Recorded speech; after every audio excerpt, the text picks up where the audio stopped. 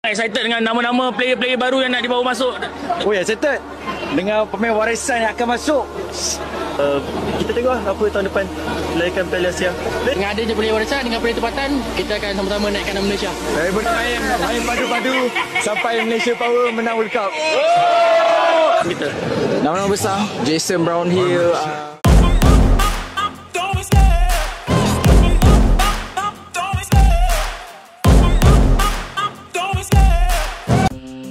Ya, Indonesia bisa dikatakan sebagai negara paling beruntung.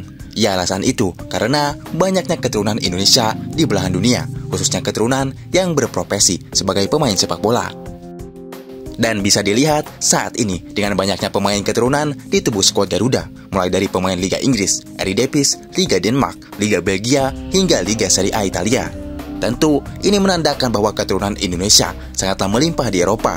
Meski di sisi lain, saat ini Indonesia sangat sulit untuk mencari pemain keturunan yang berlabel sebagai striker. Namun di balik itu, kita harus mengapresiasi PSSI beserta jajarannya yang terlibat dalam mencari pemain keturunan. Karena nyatanya, mencari pemain keturunan Indonesia di Eropa itu sangat tidak mudah, dan itulah yang terjadi kepada Federasi Malaysia atau FAM. Ya, timnas Malaysia baru-baru ini dibuat gigit jari lantaran pemain naturalisasi incarannya, yakni Josh Brownhill, mengaku tak memiliki darah Melayu. Ya, kapten dari Liga Inggris Burnley itu memberikan pernyataannya membuat heboh Malaysia.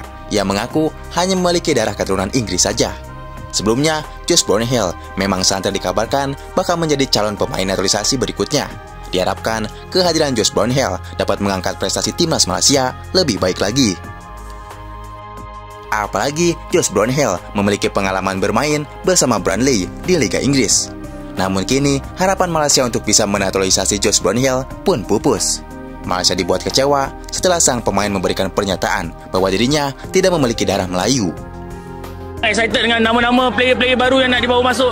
Oh ya, excited dengan pemain warisan yang akan masuk.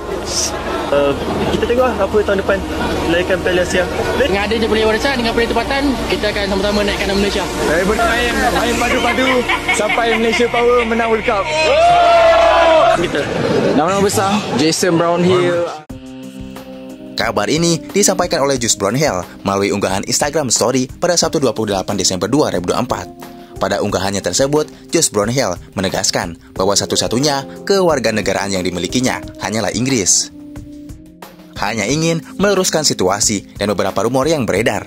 Sayangnya, satu-satunya kewarganegaraan saya adalah Inggris, dan saya bukan orang Malaysia, seperti yang dipikirkan beberapa orang, jelasnya. Ya, dengan pernyataan tegas Josh Brownhill ini, Federasi Sepak Bola Malaysia atau FAM harus kembali gigit jari dalam langkah menaturalisasi pemain keturunan incarannya. Ya, sebelumnya mereka juga gagal menaturalisasi Mesdale. PAM mengumumkan bahwa naturalisasi Mesdale ditolak FIFA. Pasalnya, pemain tersebut tidak memenuhi syarat. FIFA pun menyebutkan bahwa keturunan Malaysia dimiliki Mesdale berasal dari buyutnya, bukan kakek atau neneknya. Jadi garis keturunannya sudah kelewat batas. Ya, alhasil sang pemain tidak bisa dinaturalisasi karena FIFA mengatur pemain bisa dinaturalisasi jika memiliki keturunan dari orang tua atau kakek nenek dan harus tinggal lebih dari 5 tahun di negara tersebut. Atas kondisi ini membuat Malaysia gagal meniru timnas Indonesia untuk menaturalisasi pemain-pemain keturunan demi membawa prestasi tim nasional ke arah yang lebih baik lagi. Ya, dengan ini bisa dikatakan mencari pemain keturunan di belahan dunia tidak segampang membalikan telapak kanan. Kita harus apresiasi kepada PSSI dan jajarannya yang terlibat dalam pekerjaan ini.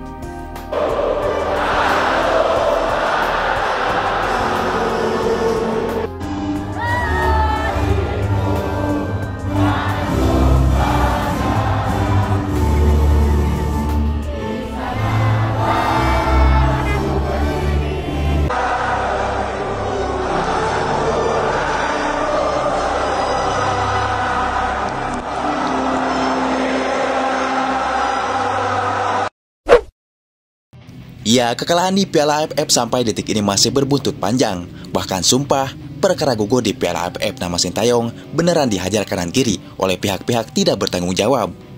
Padahal ini cuma AFF dan pemainnya U22 pula. Yang mana itu juga sudah merupakan bagian dari kesepakatan Sintayong dan PSSI yang ingin menyiapkan kerangka tim buat jangka panjang.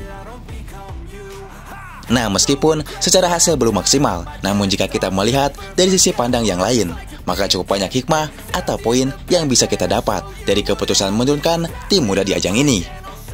Jangan hanya ekspektasi kita yang terlalu tinggi, lalu menganggap kegagalan ini adalah akhir dari segalanya.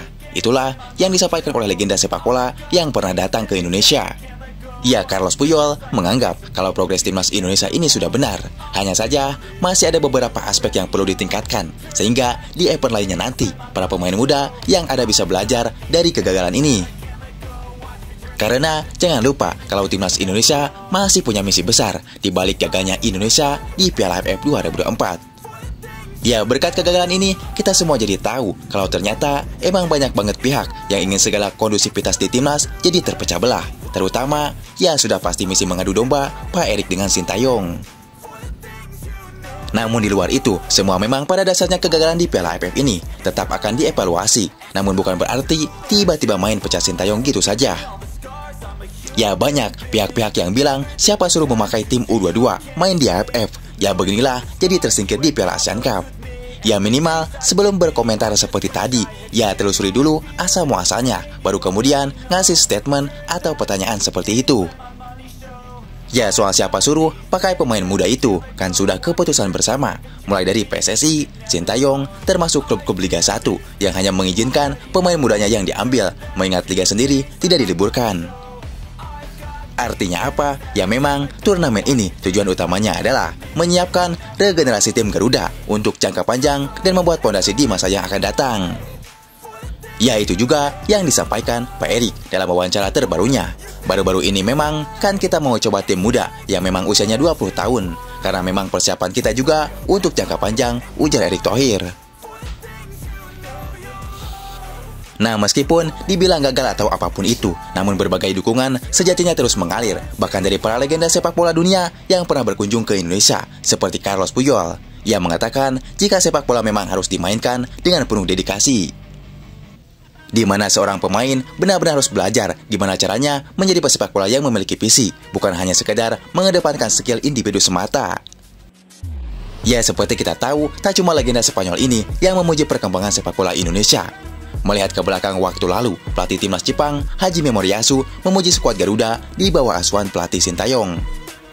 Ya, menurut Hajime Moriyasu, timnas Indonesia berada di jalur yang benar. Pelatih Jepang ini juga memuji kerja keras Sintayong selama melatih Indonesia. Di mana waktu pertama kali datang ke Indonesia, Sintayong langsung memotong generasi. Bahkan Sintayong bisa dikatakan memulai dari minus ketika melatih para pemain Indonesia. Sintayong harus memperbaiki fisik para pemain. Belum lagi, para pemain tidak disiplin, mulai dari terlambatnya saat sesi latihan, hingga tidak bisa menjaga pola makan yang benar. Bahkan yang paling parah, Sintayong harus mengajari kembali passing yang benar. Dan itulah kenapa Hajime Moriyasu menyebut Indonesia beruntung dilatih oleh Sintayong.